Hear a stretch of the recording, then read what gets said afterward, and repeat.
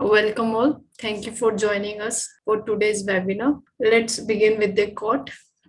If you are positive about things, you are hopeful and confident, and think of the good aspect of a situations rather than the bad one. So, starting for a new chapter of learning, I am Sneha, being your moderator for today's event. It gives me a immense pleasure to extend to you a very warm welcome on behalf of the SEMS Welfare Foundation for today's international webinar on the topic how to build positive personality. And to add our guest of honor and today's speaker, Colonel Sanjeet Siroi. It is a great honor to have you with us. Before I Thank you. proceed, let me take a brief moment for the introduction of my organization. SAMS Welfare Foundation is a non-profit entity established to work in the areas of education, social welfare, women empowerment, skill development, and entrepreneurship, livelihood generation, and employability, health, research, culture, international cooperation, sports, environment protections, or any other similar subject sector. We promote healthy lives, a balanced and active community, and strong business. Uh, how to build positive personality? A positive personality can have a significant impact on your success and happiness. In life, personality is concerned with the psychological pattern of an individual, the thoughts, emotions, and feelings that are unique to a person. In fact, the totality of character, attribute, and traits of a person are responsible for molding his personality. Now, let's take a moment to introduce our guest speaker to you all, Colonel Sanjeet Siroi. He has attended soft skill trainer course from Institute of Image Consulting, Business Institute, New Delhi. He has worked as senior trainer for personality development with winning Mantra Noida, worked as director HR in Institute of Hotel Management, conducts coaching classes for SSB, conduct workshop on teachers faculty development. Now over to you, sir. Thank you. Thank you very much, Neha. We will start now. And as you all know, the topic for today is how to develop a positive personality and how to be a positive person. Now, let me, before I start, I want to tell you a few hard facts with the help of a slide. How to build a positive personality. Now, the hard facts are Harvard study found that when a person gets a job or promotion, 85% of the time it is because of his positive personality. I repeat, Harvard study has found that when a person gets a job or he gets a promotion, 85% of the time it is because of his positive personality and only 15% of the time because of intelligence and knowledge of specific facts and figures. So the foundation of success, regardless of your chosen field, is your positive personality. That is number one. Number two, according to Robert Half and Associates, the consulting firm, the average person works at about 50% of capability. The other 50% is largely wasted throughout the working day in idle conversation with co-workers, wasting time on internet, coming late, leaving early, extending tea breaks and lunches, and handling personal business. One of the reasons of this time wastage, which is one of the greatest financial drain on any organization, is that the people do not have positive personality. This is the biggest challenge for the management. Thirdly, as per the Gallup survey, 63% of people who go to work are not engaged. And mind you, these are all studies which have been carried out. So it is not that I am talking from my head, which means they don't do their jobs. They are not engaged. Additional 24% are actively disengaged, which means that they make sure that others also don't do their jobs. So that leaves only 13% of people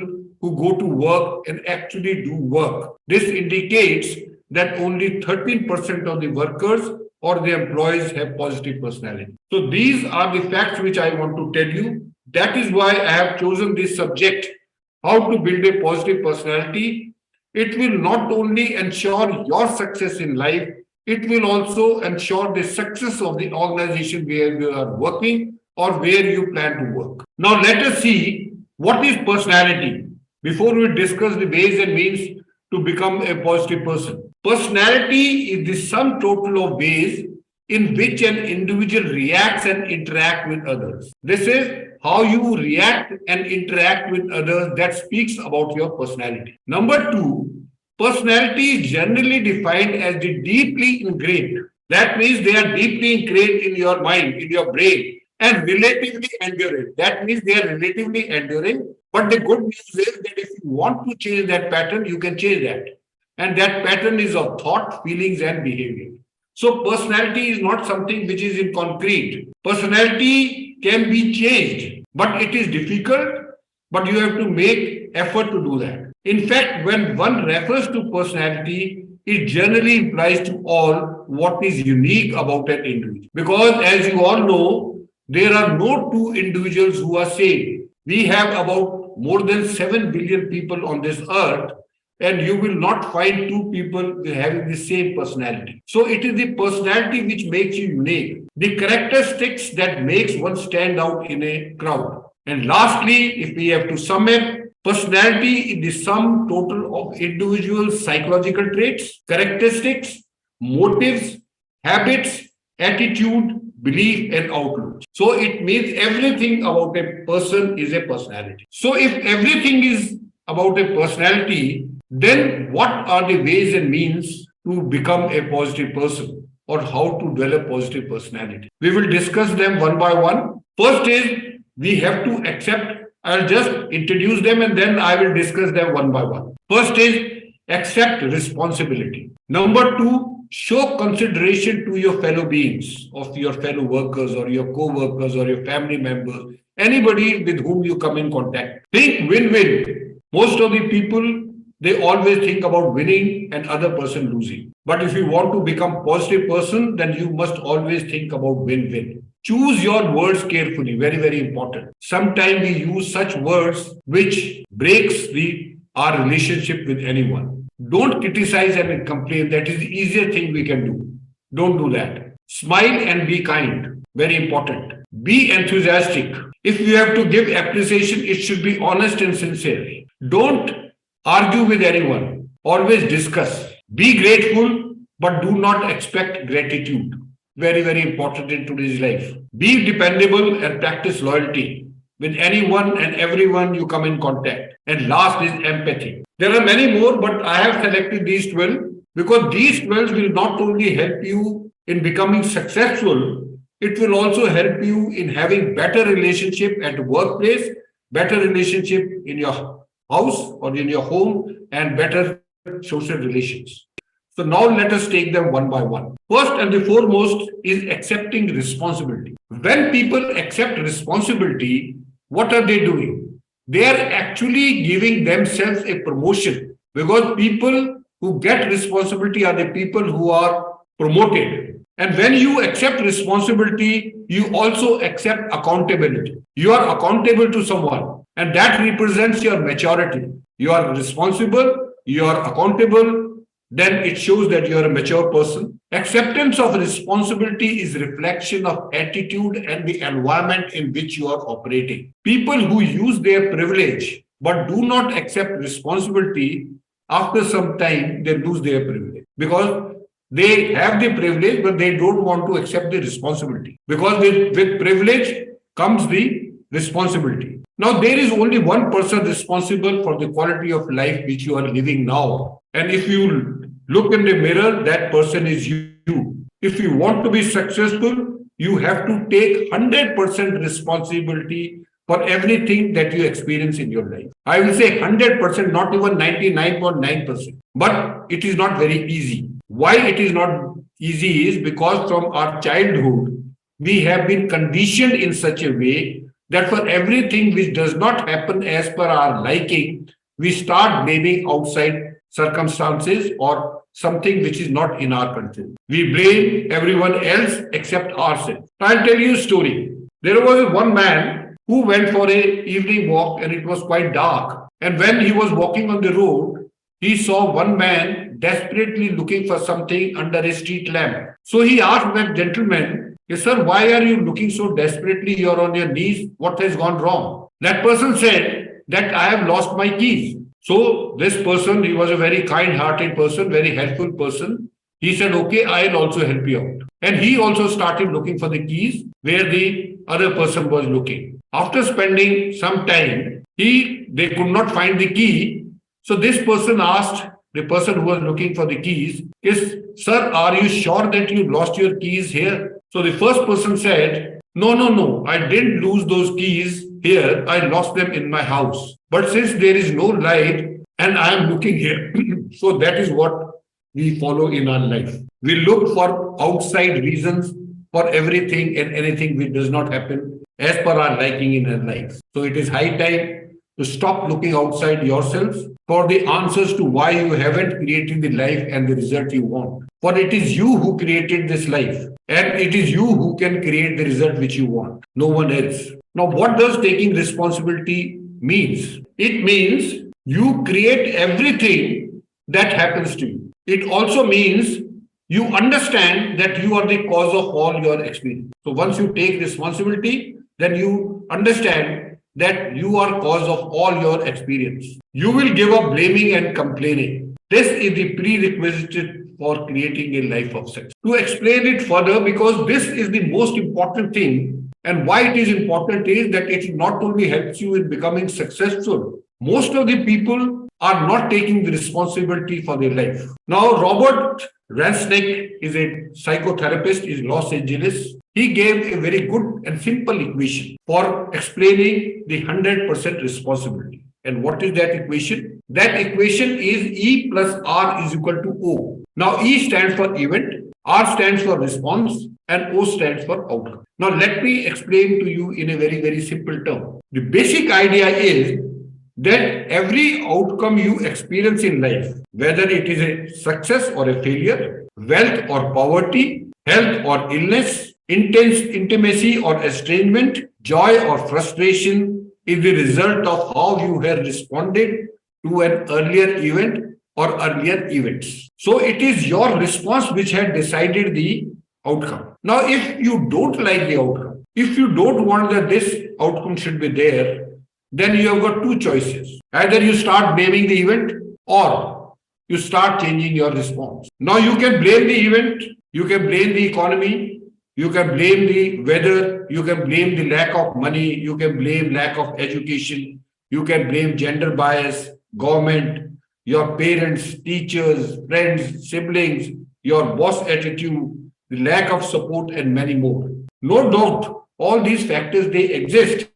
But if they were the deciding factor, then nobody would ever have succeeded. For example, Bill Gates would never have founded Microsoft. Steve Jobs would have never created Apple computers. Mr. Narendra Modi would have never become the Prime Minister of the largest democracy in the world. Mr. Abdul Kalam would have never become the President of India. For every reason why it is not possible, there are hundreds of examples where people who have faced the same circumstances and they have succeeded. Lots of people overcome these so-called limiting factors. So it can't be the limiting factor that limit you. It is not the external condition and circumstances that stop you. It is you. We stop ourselves. We think limiting thoughts and engage in self-destructive behaviors. We defend our self-destructive habits like smoking, alcohol, and other things with indefensible logic. We ignore useful feedback. We fail continuously to educate ourselves and learn new skills. We waste time on trivial aspects of life. We engage in idle gossip. We eat unhealthy foods. We fail to do physical activity and so on. And then we wonder why our lives don't work, why we are not getting the result. But this, by the way, is what most people do. It is not you and me who do it. 99% of the people, they blame everything else except themselves. They have an excuse for everything. The second option you have is to change your response. You can change your thinking. You can change how you communicate. You can change the picture of you hold in your head. You can change your behavior, the things you do, and that is all you have control over. Unfortunately, most of us are run by our habits that we never change our behavior.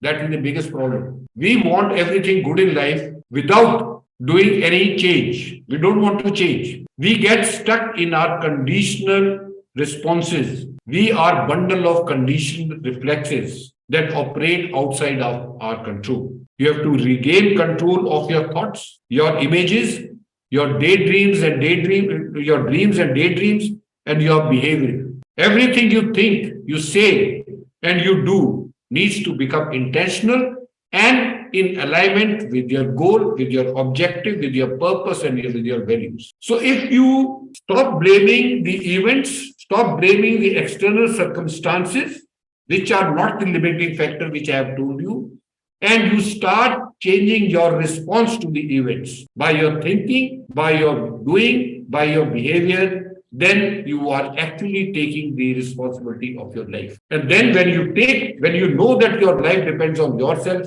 then I can assure you, you will start working to improve on your life. Number two thing which you must do is show consideration. When I say consideration, that means you must be considerate towards your fellow beings with whom you whatsoever you have a relationship. I'll tell you a story. A 10-year boy went to an ice cream store or ice cream restaurant and he checked from the waiter that how much did the large cup cost. The waiter told him 75 rupees and he was carrying 75 rupees. So then he asked again that how much does this small cup count? Waiter told him 55 rupees. He said, okay, get me the small cup. So the waiter brought the small cup. He ate that cup, paid 55 rupees, and when waiter came to clear the table, he saw 20 rupees tip. Now this boy was considerate from the start only. He knew that he had 75 rupees. He could have easily eaten the big cup, but he wanted to give tip to the waiter. That is what the consideration I am talking about. If you are considerate towards your fellow beings, your life will not be successful. It will be very, very happy also. Third is think win-win. Let me tell you another story. One man, he died and he went up. And when he went up, Saint Peter asked him, now where do you want to go? You want to go to heaven or you want to go to hell? That man was smart. He said, I want to see both and then I will decide. So the Saint Peter first took him to hell.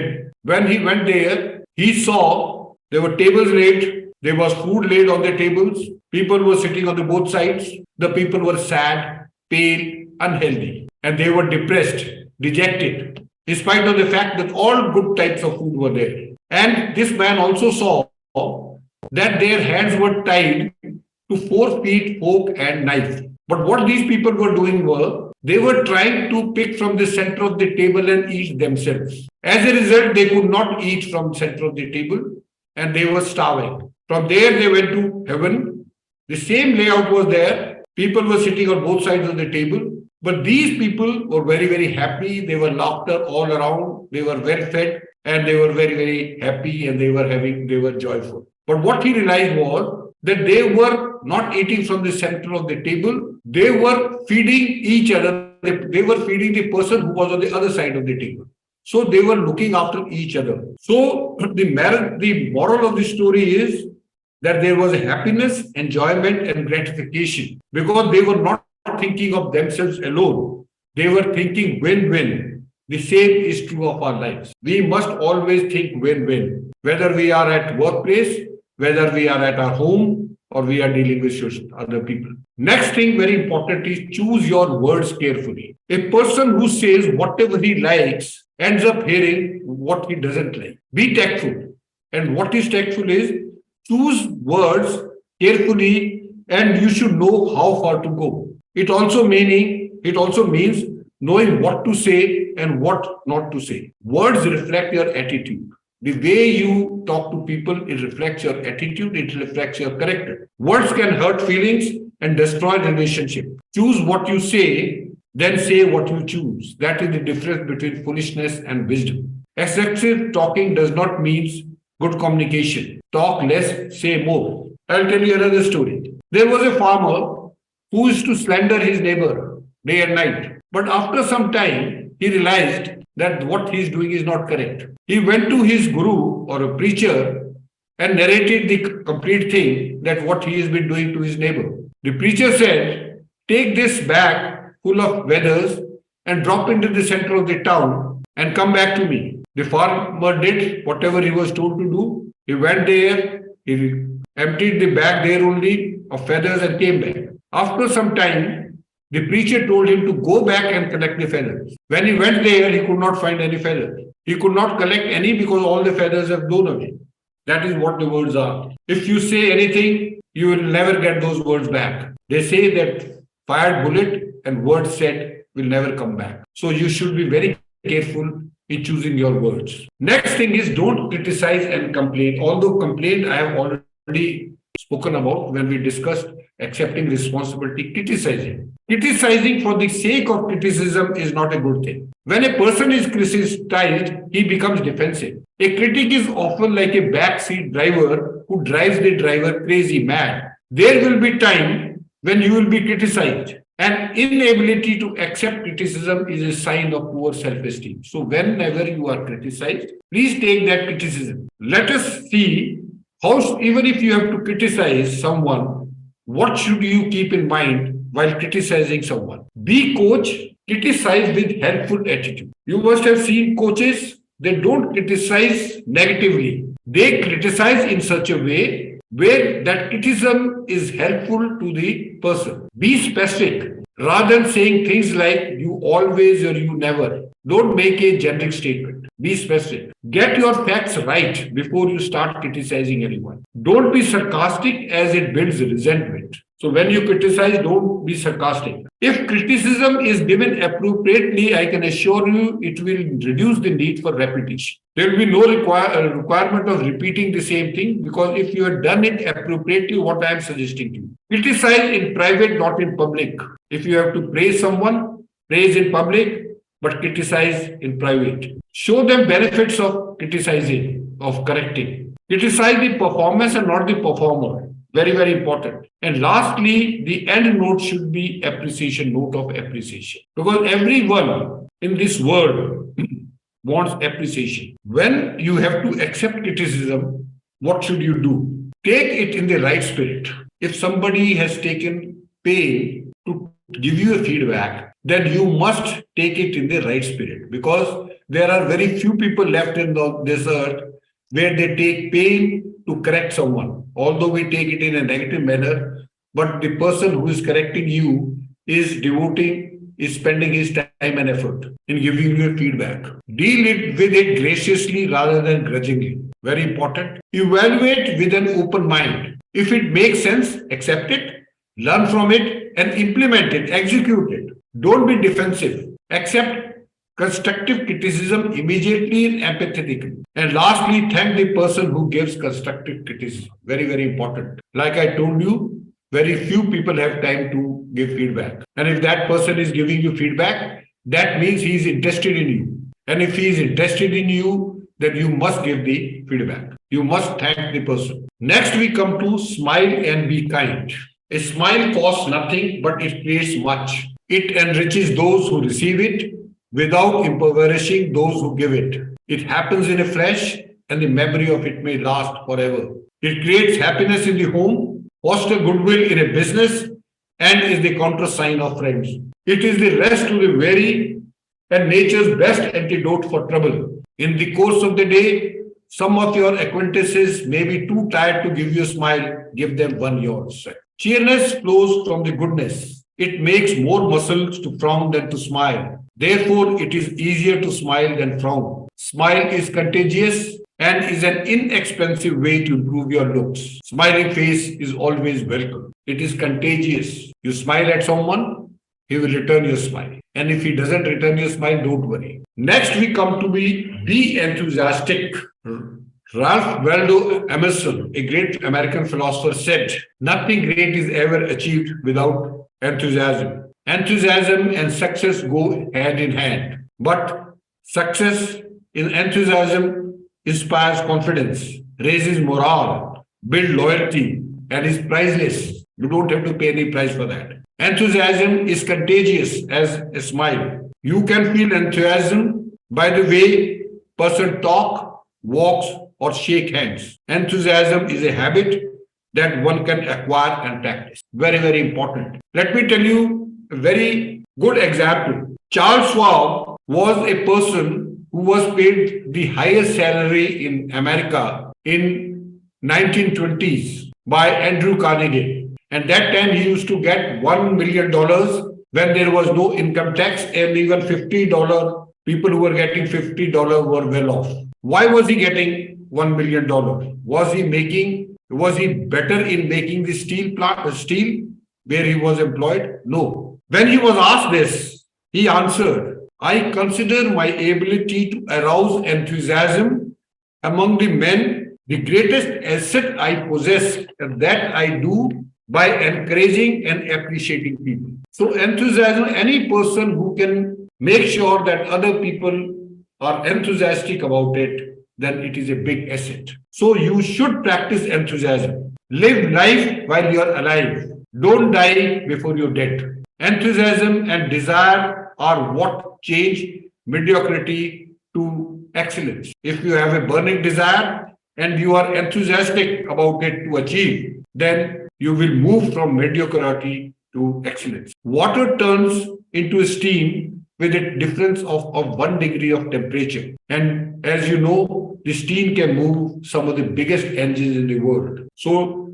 your enthusiasm is like a steam. It can move anything. Next is give honest and sincere appreciation. Very, very important. One of the deepest desire of human being is the desire to be appreciated. The feeling of unwanted is hurtful. That was said by William James. Biggest disease today is not leprosy or tuberculosis, but rather the feeling of being unwanted. That was said by Mother Teresa. So appreciation is very, very important. And let me tell you, most of the senior managers or the senior people in the organization, they are very, very, I say, selfish in giving the appreciation. Appreciation does not cost anything, but only thing is it has to be sincere. Appreciation makes people important. Their self-esteem goes up. It makes them feel good, and it brings them closer to you. Now let us see how to make appreciation very, very effective. Because a lot of people, they appreciate, but they don't know how to appreciate. It must be specific. You must appreciate what you have noticed about that individual. It must be sincere. It must be immediate. Don't wait for 2 days or 5 days or 1 month to give appreciation. If you have noticed something good now, please appreciate there and then. Don't qualify praise with a but.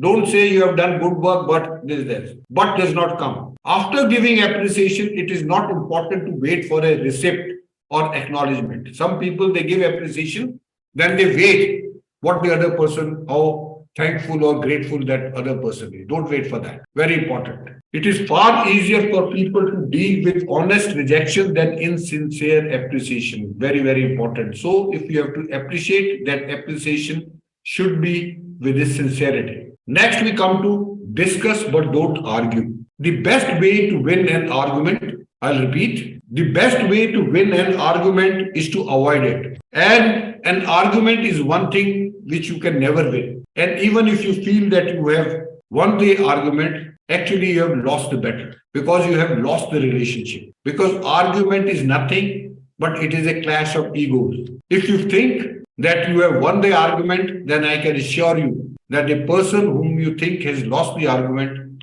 will not have the same relationship with you as he was having earlier. Chris Singh was an American columnist. He said very good thing. I learned a long time ago never to wrestle with a pig because you get dirty and besides the pig likes it. So it is argument is like wrestling with a pig.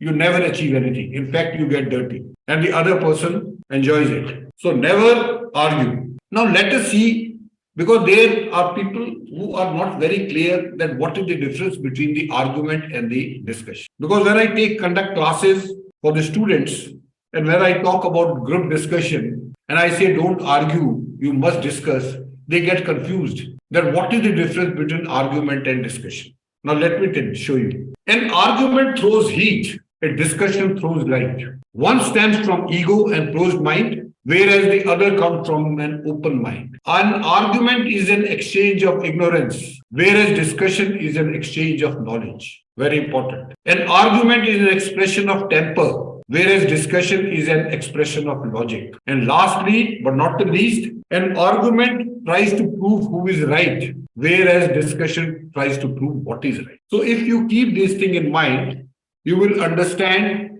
the difference between the argument and discussion. Next, we move on to be grateful but do not expect gratitude. Very, very important. You should be grateful to God, first of all, because if you're grateful to the God, then natural law works, or I'll say Newton law of motion works, which says that every action and reaction are equal and in the opposite direction.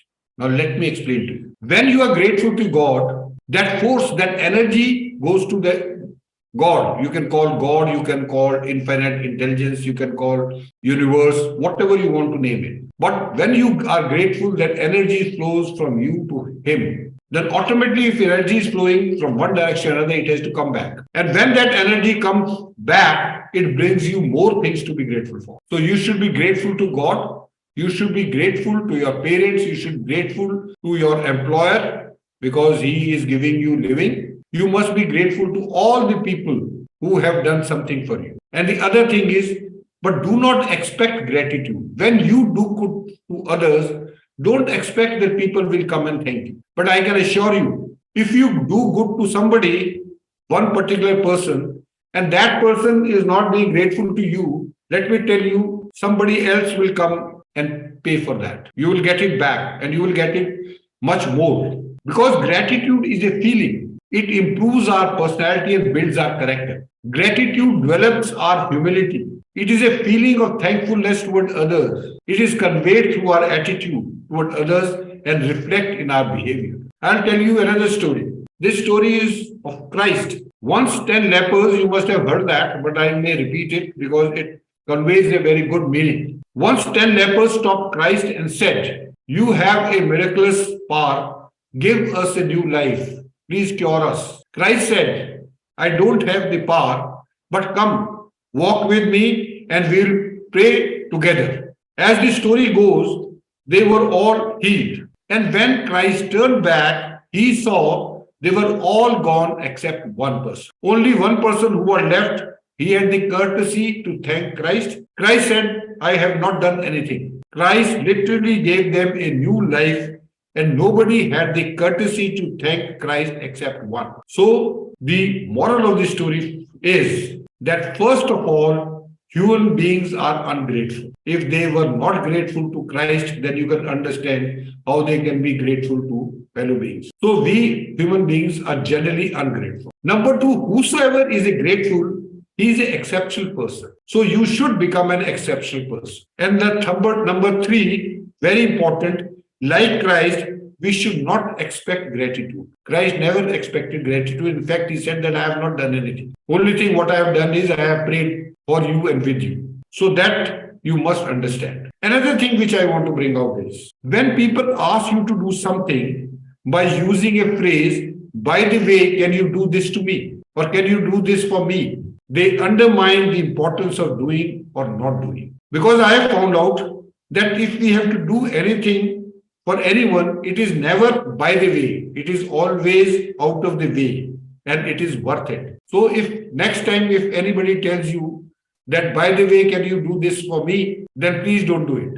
Because he is underestimating the importance of doing or not doing. He is not giving importance to that. Next, we come to be dependable and practice loyalty. Ability is very, very important, but dependability is crucial. If you have someone who is very, very able, he's got a lot of ability, but if he is not dependable, will you take him in your team? Your answer will be no. Ability is okay, but the dependability is more important. Let me tell you a story. There were two friends who studied together in school, in college, and they joined the army together. They were serving the same unit. Unit went for a war. One night, there were bullets firing from both sides. They were pitch dark. Nobody knew where he was. This one friend, he heard a voice coming from his friend who said, "Harry, please come and help me." This friend immediately recognized the voice that was of his friend Bill. So he went to the captain and said, "My friend is maybe injured and he wants my help. I want to go." The captain said, can't allow you to go because as it is, I am short of manpower. If you go and you also get shot, then I will one less. So this friend, he kept quiet, sat down, but he kept on hearing the voice of his friend who was again and again asking, Harry, please come and help me. After some time, he could not hold himself. He went to the captain and told him, look, sir, this person is my close friend. We have been together in school, college, and in the army. Let me go. Captain very reluctantly allowed him to go. Harry went through the dark and he brought Bill back into the trench. But by the time Bill came, he was dead. Captain was very, very annoyed, angry, and shouted at him that I told you that your friend is not going to make it. Still, you went. If you were shot, then I would have been one shot of manpower. Harry said, Sir, I didn't commit any mistake. When I went there, Bill was still alive, and he told me that Harry, I knew you would come. So that is what dependability and loyalty I'm talking about. You should be dependable, you should be loyal to your friends, to your family members, to your employer, and to your co-workers. And last, I come to another important thing which you must always keep in mind, that is you must be empathetic. Empathy alone is very important characteristics of a positive personality. People with empathy ask themselves this question: how would I feel if someone treated me that way? Now let me tell you another story, and it is the last story of today's evening. A boy went to a pet store to buy a puppy dog. He saw 4 puppies sitting at one place and the price tag was $50 each. Then there was another puppy who was sitting alone. Boy asked the store owner that was this puppy from the same litter and why it was sitting alone. The store owner replied that it was from the same litter, but it was a defective one. It was born without a hip socket and he had only 3 legs. So he would be put to sleep. That means he would be killed. The boy asked if he could play with that puppy. The store owner happily agreed to that. Boy picked up the puppy and started playing with him. Puppy started licking his face and his hands. Instantly, the boy decided that was the puppy he wanted to buy. The store owner said, this is not for sale. But the boy insisted and said, I will pay you good money for the bad one. Now the store owner said, if you insist, who am I to stop you? Go ahead. The boy gave $2 to him and said, I am coming back with $48. As he reached the door, the store owner shouted from behind and he said, son, I understand you want to pay good money for the bad one, but I don't understand that for the same amount, if you are getting good one, why are you buying the bad one? Now the boy, he didn't say anything. He just picked his left trouser leg up. He himself was wearing a brace. The store owner said, I understand now. Go ahead, go get your money. This is what the empathy is. Now, there is a very, very slight difference between sympathy and empathy. People, they confuse it. When I say I'm sympathetic to someone, it means I understand how that person feels. But when I'm empathetic to that person, then I will say, I feel how you feel. Both sympathy and empathy are very important. But of the two, empathy is more important. Sympathy has element of pity. Sympathy stops with words, whereas empathy triggers the action to relieve the other person's pain. So when you are empathetic towards another person, you don't only sympathize, you take action to relieve the pain of other person. That is what the empathy is. When we empathize with our customers, our team members, our relationship improves. It generates understanding, loyalty, peace of mind, and higher productivity. How do you judge a character of a person? It is very easy. Next time, if you want to judge a character of any other person, just see or observe how that person treats the disabled, the elders, and his subordinates. I'll repeat, disabled, elders, and subordinates. Because they will treat their superiors, their seniors in a better manner because they have no choice. But how do they treat their juniors? And once you see that, once you observe that, you will be able to find out the character of that. Now, I want to end this talk with a note from Lloyd Shearer, who was a columnist, and what he wrote is very, very important and we must always remember. Resolve to be tender with young, compassionate with aged, sympathetic with striving, and tolerant of the weak and wrong. Why? Because sometime in our lives, we would have been all of these. So always remember this. If you want to achieve greatness in life, strive to be good. The greatness will automatically come. I have finished here. If you have any questions, it will be my endeavor to answer each and every question. Thank you, sir. I ensure the seminar will be profitable and fruitful for everyone present here. Sir, there are few questions which are audience to be answered. So, shall we? Yeah, please tell me the questions.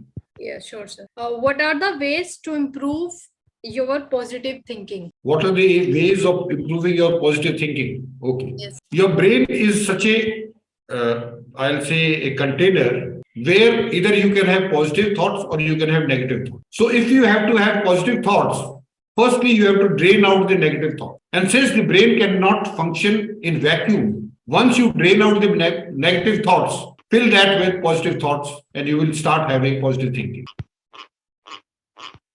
Okay, next. Thank you. So next is, how do we turn negative thoughts into positive? I told you, I've already answered that you first clear your mind from your thing. Let me tell you, it is not something which is very, very abnormal. It has been said that on an average, we think 50,000 thoughts every day. And out of those 50,000 thoughts, 90,000 thoughts are negative. So that means 45 thoughts are negative during the whole day. And those negative thoughts are generally based on yourself. So what the method is, I told you that firstly, take out those negative thoughts from your mind and immediately fill them with positive thoughts. And once you start practicing this with positive thoughts, your negative thoughts will lose their control and they will go away. So third question is, in order to have an improvement in personality, how can a student in school and a student in college should start with? Okay, good question. Let me tell you that if you want to improve your personality, like I said, the personality involves everything. Firstly, whatever I have discussed today, you can do that. One thing which I want to tell all the students, whether they are school and college, if you want to improve your personality, you must improve your communication skills. Because the quality of your life in future will depend on your communication skills. If you are good in communication skills, if you are good in expressing what you know, then you will be able to achieve anything. Unfortunately, in today's world, with these text messages, with this Facebook, LinkedIn, Instagram, Twitter, we are more used to sending messages on these devices. We have lost that power of communicating. Today's generation is a silent generation. So one thing which I want to tell all the students is, start communicating, start speaking, find excuses to speak. If a question is asked in a class and you know the answer, please get up and answer that question. If teacher has taught you something and you have not understood, please get up and ask the doubt. Most of us, I'd say 99% of the students, whether in school or college, they are shy of asking. They are shy of speaking. So whenever you get a chance, you must speak. Speak to strangers. Speak to people who are senior to you. Take out that hesitation. Take out that fear. And I can assure you, your personality will improve. So next question is, does empathy is one of the important factor to have positive personality always? Absolutely. No doubt on that. I told you that out of the 12 factors which I told you, empathy is the most important. And if you factor in empathy in your personality, I can tell you, you will not only become successful in life, you will become a better human being. So goal-directed behavior can help in improving the personality.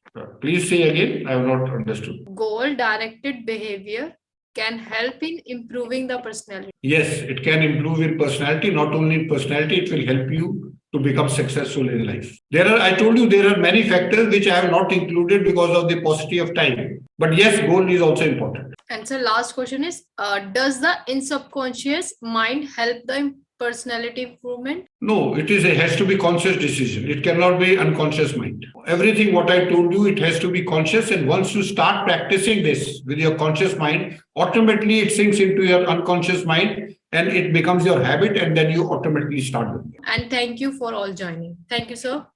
Thank you very much.